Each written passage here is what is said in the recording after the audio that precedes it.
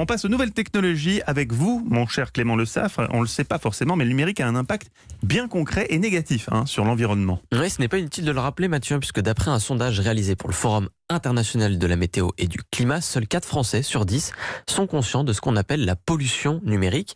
Et pourtant, le numérique serait responsable quand même de 2 à 3% des émissions mondiales de CO2 à lui tout seul. C'est autant que le secteur aérien, faut s'en rendre compte. Et il faut savoir aussi que 10% de l'électricité qui est produite dans le monde aujourd'hui est dédiée à nos ordinateurs, nos téléphones et aux serveurs qui font tourner Internet. Mais comment ça se fait que je pollue la planète avec un simple téléphone ou un ordinateur ? C'est pas évident, mais il y a 2 facteurs. Déjà, il y a la fabrication à base de plastique, de métaux et de minerais dont l'extraction est très polluante.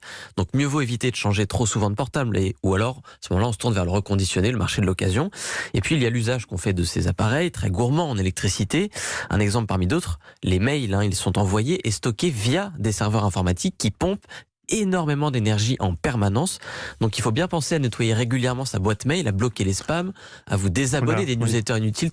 Tout ça, il faut le faire vraiment très régulièrement. La planète vous dira merci, Clément. Je viens de prendre conscience de ma pollution numérique qui doit être énorme. Vous saurez ce que vous ferez en sortant du studio, Mathieu. Oui, je vais tout effacer. Et puis aussi, d'ailleurs, ça pourra servir à autre chose. Oui. Et puis petit conseil malin aussi, avant d'envoyer un mail, demandez-vous si un SMS ne suffirait pas, puisqu'ils émettent environ 1000 fois moins de CO2 qu'un mail. Incroyable. Donc voilà.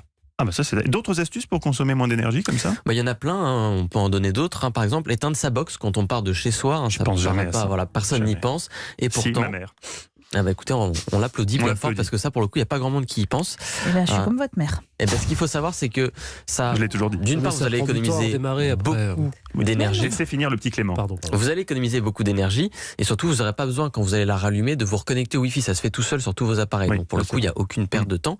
Et puis, je vais finir en culpabilisant un petit peu les adeptes de Netflix. Désolé, Eva. Allez-y, oui. Mais le streaming est une des activités numériques les plus polluantes. Pourquoi ? Parce qu'elle passe par des serveurs, uniquement par des serveurs. En fait, ça tire sur la consommation d'électricité. On va pas se remettre au DVD, si ? Si.